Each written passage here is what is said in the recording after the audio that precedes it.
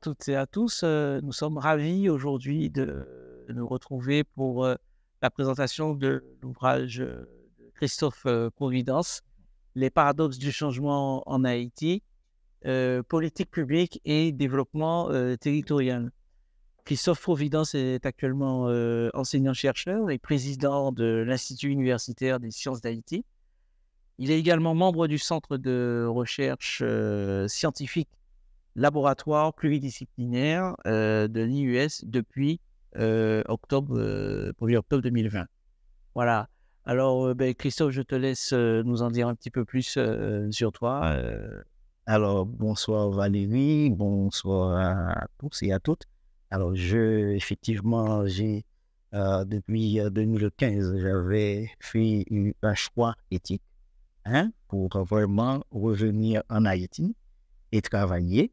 Et donc, j'ai dû accepter quelques postes, notamment en matière de gouvernance universitaire, puisque j'étais moi-même recteur en Haïti.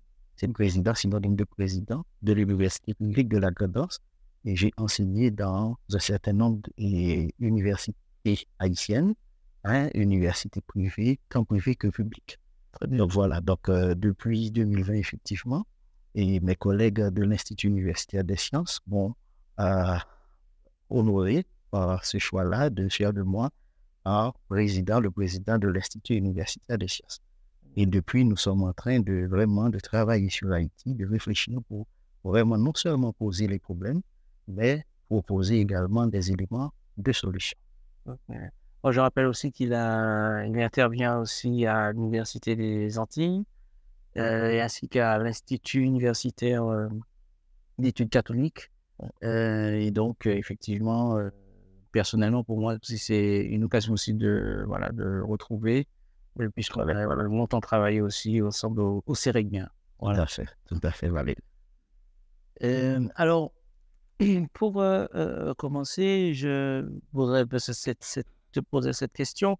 Pourquoi, effectivement, consacrer un ouvrage à cette question brûlante, j'allais dire, des paradoxes du changement en Haïti?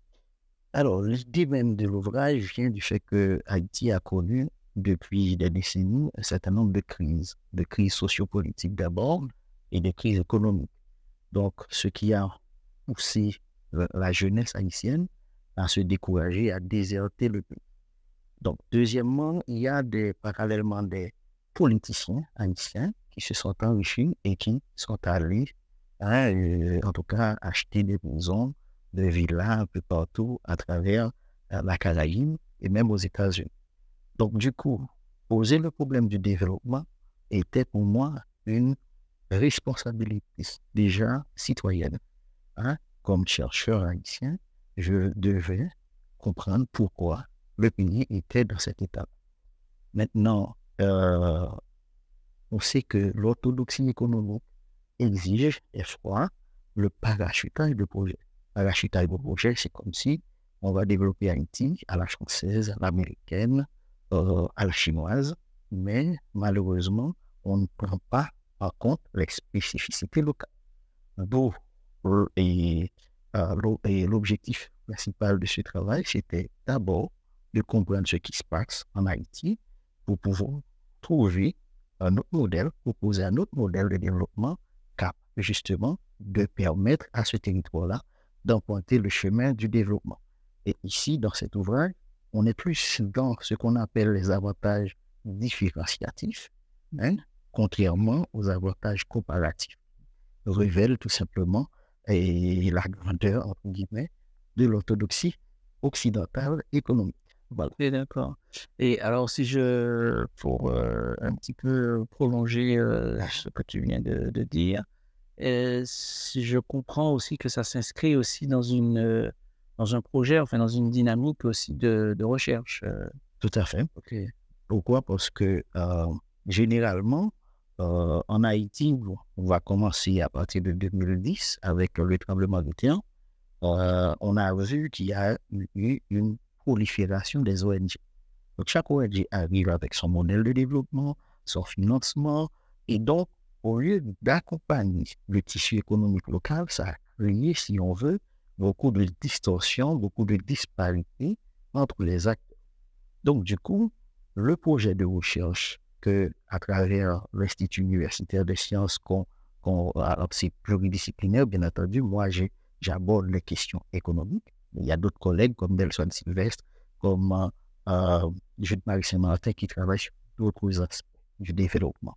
Donc, ici, dans ce laboratoire de recherche, on place les acteurs locaux. On peut même parler d'acteurs localisés, dans le sens où dès que quelqu'un a des intérêts sur le territoire, c'est-à-dire, disons qu'il y a des Français qui ont en tout cas, qui gèrent leurs affaires en Haïti, qui ont, par exemple, à l'Île-à-Vache, il y a un hôtel, c'est un hôtel, le propriétaire, c'est un Français, mais lui-même l'est concerné également.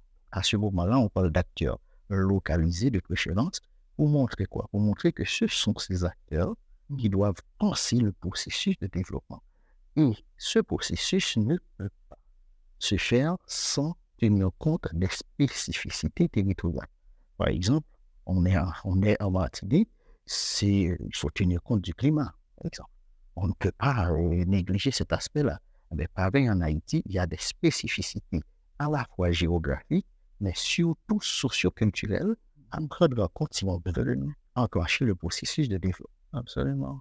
Et donc, c'est-à-dire que ton travail, c'est à la fois effectivement un diagnostic de la situation, un état de lieu, et en même temps aussi des solutions ou des pistes de solutions, de réflexion, si j'ai bien saisi, voilà. Tout à fait, Valérie, c'est exactement ça. Pourquoi? Parce que quand on fait un diagnostic, d'ailleurs, on sait qu'il y a deux objectifs, hein, et généralement, c'est deux codettes, donc on fait l'état des lieux, hein, mais en même temps, le diagnostic invite, puisqu'on connaît la réalité, à trouver des solutions adaptées, appropriées à cette réalité. Donc, du coup, effectivement, dans cet ouvrage, il est question dans un premier temps de poser l'état, d'expliquer pourquoi Haïti est dans cet état-là. Et pour cela, il y a une première théorie qu'on a proposée, ça s'appelle théorie d'incompatibilité des choix publics. Incompatibilité des choix publics, ça veut dire qu'à un moment donné, l'État haïtien, dans sa dépendance totale ou presque à l'international, n'arrive pas à faire des choix stratégiques pour renforcer les dynamiques économiques locales. Donc, dans ce modèle, il y a un triangle d'incompatibilité qui montre clairement que les choix de politique publique guidés par l'international ont conduit à ce qu'on a aujourd'hui. Maintenant, ça, c'est pour vraiment analyser le cadre.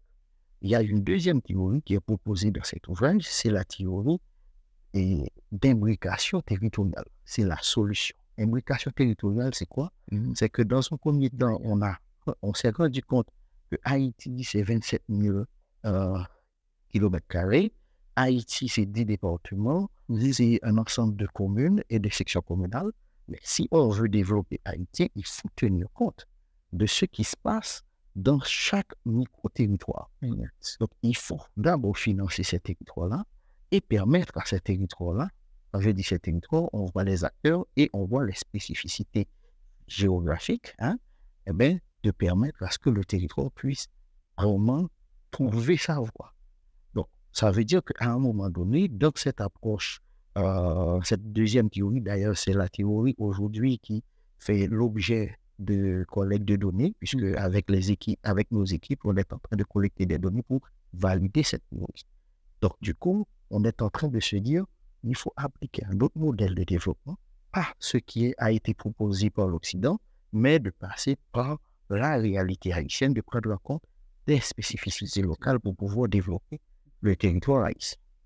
Absolument. Et un peu dans le prolongement là, des différentes réflexions qu'on a déjà eues un peu sur la question, en parcourant votre ouvrage, j'étais en train de me dire que effectivement dénoncer c'est bien, agir c'est mieux, et finalement vous faites les deux parce que vous posez quand même des mots comme corruption, clientélisme, enfin vous dites les choses, hein, et ça c'est c'est quelque chose qui est fait fort. Je dis vous, c'est-à-dire Voilà. toi et tes autres collègues avec qui vous travaillez sur cette question, avec lesquels tu travailles sur cette question.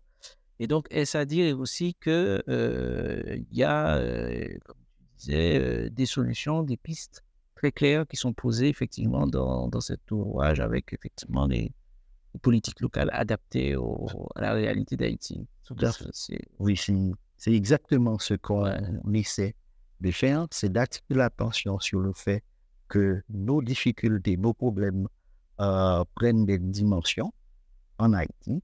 Quelqu'un de l'extérieur peut ne pas toujours comprendre ces dimensions. Donc, il faut partir de ces spécificités et trouver les solutions adaptées. Donc, effectivement, on n'est pas en train d'attendre ou de tout simplement de dénoncer. On est en train d'inviter que ce soit les responsables publics, politiques, à prendre leurs responsabilités, mais les jeunes également, les associations, par exemple les syndicats, à vraiment défendre les valeurs haïtiennes pour pouvoir vraiment enclencher le processus de développement. Donc, on est dans l'action, effectivement, on n'est pas dans vraiment cette passivité trop grave pour Haïti, puisque Haïti n'a pas besoin de parole, Haïti a besoin surtout d'action. Voilà. Eh bien, on terminera sur ce dernier mot, action. Eh bien, donc, merci à toutes et à tous de nous avoir suivis pour cette présentation. Et merci à toi aussi, Christophe, Providence, d'être venu nous présenter ton ouvrage et qui, comme je disais, ne manquera pas de faire date. En tout cas, merci, au revoir et à bientôt. Et à bientôt. À bientôt.